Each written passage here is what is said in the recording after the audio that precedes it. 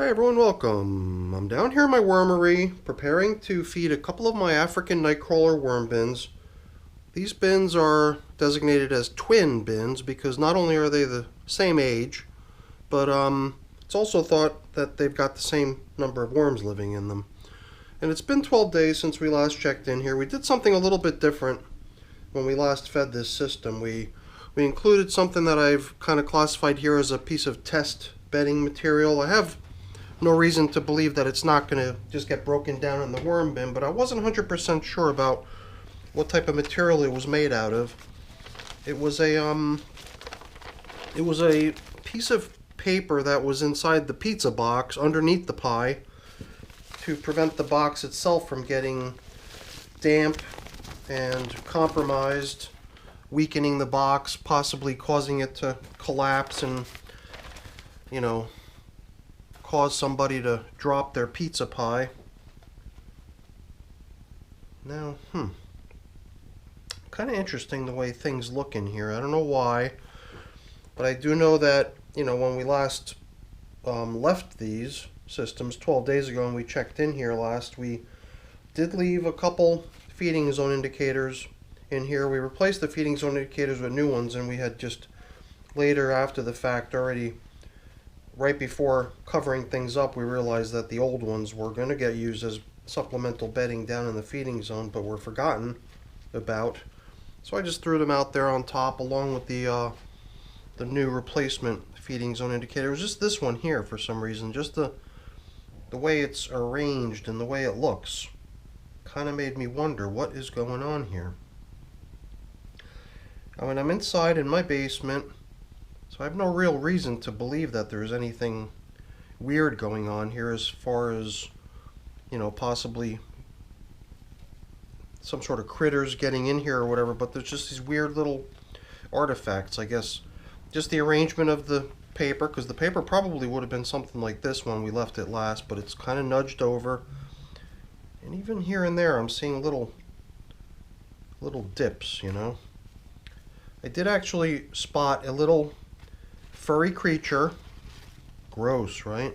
But I came down here one day and I saw it running across the room, and then I realized that some of the seeds that I had been placing off on the side, sometimes I'll take like these old cantaloupe seeds for example, but I think in the case of what I noticed, I had some old sunflower seeds and some old pumpkin seeds just sitting in a couple open jars, and surrounding them I saw signs of what appeared to be mouse activity, stealing some of my stuff that was going to eventually be used as ingredients for my worm chow.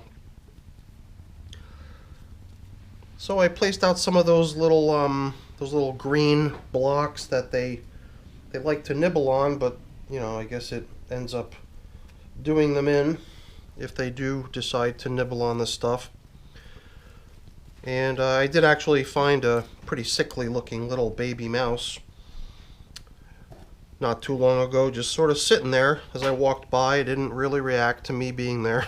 And I basically picked it up by its tail and walked it outside, and I don't know, perhaps the stuff that I had left for it to eat was in fact consumed and resulted in it being kind of in the state that it was in when I found it. It was just kind of like sitting there and shaking and didn't really run away from me, and it was easy enough for me to just go over there and pick the poor little guy up and walk it outside of the house. And I don't know how many of them there were, but I left a little food item for them. It's not food, obviously, it's poison. Sorry to say. But hey, worms, I can imagine the worms in one of these boxes being a nice little protein snack for a curious little fuzzy creature running around the basement looking for some energy to consume. Alright, so whatever, enough of the rodent situation down here in the wormery. Hopefully it's a resolved matter now because of me placing out those little green blocks. But back to the matter at hand, feeding. We placed that stuff, that corrugated material from underneath the pizza pie, we placed it in this way. We usually will feed in my bins in this orientation, but since these pieces were fairly long, I had cut the whole thing in half, and each piece was pretty long, so we actually dug the gully into which we placed last feeding this long way across the bin, or along the length of the bin, if you will, because my normal way of setting up the feedings is across the bin this way. And I guess I really was interested in seeing what would happen with that material. I couldn't tell from touching it if it was in fact all just straight paper that the worms would easily consume. That's the reason I didn't really fragment it into small pieces. I figured if we came back in here today and there was still a large uneaten chunk of material in here, we could easily just remove it in a single piece. But as you could see, anything that was below the surface got nibbled away. The only stuff that did survive was the stuff that was sort of not quite submerged underneath the material, and that too will just go into our feeding zones as supplementary bedding. Today I guess we'll just return to our normal orientation of feeding, going across the system. So we've already kind of tilled things up numerous times down the old feeding zone. Today, since we're feeding in this direction, I guess we'll just open up the feeding zone this way, but I'm looking to really boost up the volume of both of these systems. It seems like we've gotten down to the point where we're only a couple inches in depth, and it does seem like the worms have really been doing a number on their bedding material, converting it almost all into castings at this point. I see very little remnants of any sort of bedding materials. So I thought we'd go quite generous today, and for that reason I thought we'd open up some pretty good size feeding zones here in both bins. So that's the reason I'm sort of stacking the material rather high on both sides, because I do want to come in here with my prepared bedding and give them a really major bedding boost. So let's see, let's keep these materials on hand because they're going to be used down in the feeding zones as yet additional bedding material. Alrighty, so these are African night crawlers, so it's not too surprising that they're doing a number on their supply of bedding. African night crawlers are pretty much known to be just as happy to nibble away on their bedding material as they are to nibble away on any kitchen scraps that you might be preparing to give them. What I'm preparing to give them is sort of a combination of stuff that's going to go pretty quick. It's the coffee, and then the corn cobs are pretty much well known in the worm composting world as a fairly slow going food item. And as you saw, I've got replacement coffee filters, so perhaps today, before I forget, now would be the time to also bring these back in to make sure we include them in the feeding zone as yet more supplementary bedding material.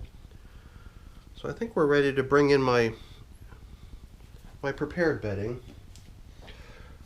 My prepared bedding on this go around consists of what it normally consists of, basically paper and cardboard with leafy matter mixed in, but you can see a little bit of the leftover stuff. The leftover stuff shows signs of newspaper fragments, but all the new stuff looks like just brown, because the only paper I used in the most recent batch of this prepared bedding was leaf bag with no printing on it. I mean, maybe there is some minor little bits of printing on it on the bottom or something, but for the most part, no printing on it. And it's also the same color as most of the cardboard that I use. And it's also the same color as the leafy material that gets blended in there too. So the this most recent batch of prepared bedding is kind of got this nice natural look to it with minimal, if any, printing on it. Oh, looks like we hit a little pocket of extra leafy matter down here. So I think we've kind of tapped out what was still remaining of the older prepared bedding that still had some printed materials and newspaper bits in it, but now what remains is pretty much the stuff that's all brown with no printing on it. There's really nothing wrong with, putting printed materials into your worm bins, because the ink that they use on the newspaper, and I guess for most part, pretty much any printed materials, unless it's the really glossy stuff, is it's all soy based, so it's all fine for the worms to consume. So now, before we actually plop in the kitchen scraps, let's not forget to get all these other bits of bedding type stuff that we wanted to get down into the systems. It's funny because over the last couple check-ins, I even reviewed the video from last time before coming down here, just to refresh my memory on how things went in here. And we even made comments, not only the last check-in, but the previous check-in too, how the systems appear to have sort of transitioned from seeming to be mostly, not mostly, but I guess there's that sort of 50-50 point where you start to feel like, hey, the system still seems like it's mainly bedding, like in a brand new system, as opposed to like a very old, mature system where there's hardly any bedding remaining and it's mainly castings anymore. It did seem like over the past couple check-ins, these systems had sort of graduated from being perhaps higher concentration of bedding versus compost, and at this point I definitely have to say that there's probably more compost in these systems than bedding anymore. So let's see here. Perhaps 2 large corn cobs and 3 smaller ones. They're not that much bigger, really. And then yeah, don't forget the coffee. It's not, I don't know, it didn't seem like that much of a feeding, but after I picked it up and lifted it up, it did seem like there was a lot more weight there than what I had expected. So I had even thrown a little bag of some watermelon rinds that I was going to bring down here. It was already in that little plastic transport container. But then I decided, maybe we don't need quite that much, since we are going to go pretty generous on the bedding today. So I returned the watermelon rind to the freezer, and it was at that point I pretty much decided, well, let's just go really generous on the bedding, because these African night crawlers will see all that stuff as, food material anyway. So, you know what, before we put more bedding in to sort of cover up the food, I've also got a little bit of grit that we can sprinkle in. And there's also my worm chow that I like to include with coffee usually, but I gotta go grab that. Alright, it's right here behind me, so I didn't have to go far. And the other thing that I wanted to do at the end was something that I've kind of not done in a while. It's funny how I sort of get in the habit of doing certain things, and I do it pretty repetitively over and over, and then after a while I just sort of get out of the habit of doing it, and then I kind of have to remind myself, hey, I haven't done that in a while.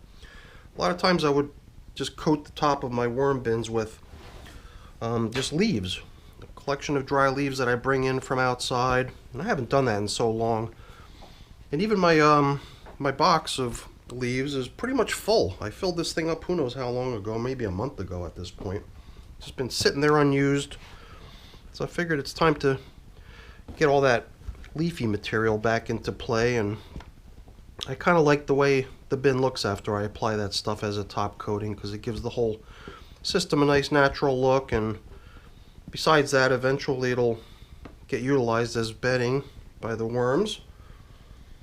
But if we continue, I guess, with those paper only top coverings, anything out on the top surface is going to remain kind of dry, and because of that, the worms aren't going to spend much time on the surface. They're going to remain down in the bedding, trying to, remain in material that's nice and damp and comfortable for them. It kind of makes me wonder if we might want to just reinstate some plastic coverings, at least for a little while, until the leafy material that we're going to sprinkle out on the top surface has a chance to dampen and sort of get adopted for, worm bedding, worm food, stuff that the worms would feel comfortable spending time in and eating as opposed to just sitting out there on the top surface. Because those paper-only top coverings have been doing us a great service by giving both systems a chance to air out. I believe there might have been a period of time when we were starting to get the sense that these systems might have gotten a little bit overly damp, and that was probably the main reason we got to paper-only coverings. And then eventually we did even start removing paper coverings, because besides those sort of 2 sheets of paper that were covering things here, there was even a 3rd sheet of paper that eventually got used as supplementary bedding down in the feeding. So I'm wondering if we might benefit from sort of reinstating plastic coverings just for one go around, at least until such a time that the dry leafy material that we're going to sprinkle out on top has had a chance to dampen nicely. You know, start to see a little bit of worm traffic. Maybe at some future point in time we could blend it all in. But if all we were to do is take some newspaper and cover up with that at the end, I believe that this leafy material would just sort of sit out here untouched. And the next time we came back in here, it would still kind of look the way we left it. And I'd really rather see the worms working this stuff, you know, and utilizing it rather than it just sitting here idle. So I think we will come in here with some plastic coverings. There we go. And that will cause the recirculation of moisture beneath the plastic, causing whatever's beneath it to dampen and make it much more fair game for worm traffic as opposed to just sitting out on the top surface idle. So I guess the restoration of the top covering newspapers isn't where we're going to leave it. We got to go find ourselves some perhaps bubble wrap or something that can just rest out on top of this. And then this stuff will all get damp too, possibly also get nibbled away a little bit by the worms. I don't know, we'll have to see, you know, because this paper is dry, the leafy material beneath it is all dry, and it might take time for that stuff to dampen just with the recirculation of the humidity in the bin, trying to evaporate, being stifled by the plastic covering, dropping back down, causing moisture. So how much it gets worked between now and the check-in is unknown. Probably not much, but at least it's off to a better start than just sitting out here dry. So you know what? Let me go grab some bubble wrap, and we'll get covered up, and we'll be finished.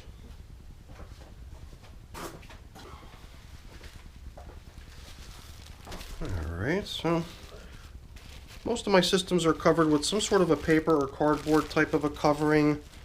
It's usually only my newer systems that get plastic coverings just to protect the bedding materials from drying out, to make sure that the systems stay nice and cozy. But, you know, I want to apply things as needed and not get too into like a set mode of doing something. I think it's always best to adapt to the needs of the worms and adjust things accordingly. So hopefully we've done the right thing here by setting things up the way we did. I think the African night crawlers will appreciate the abundance of bedding we just gave them.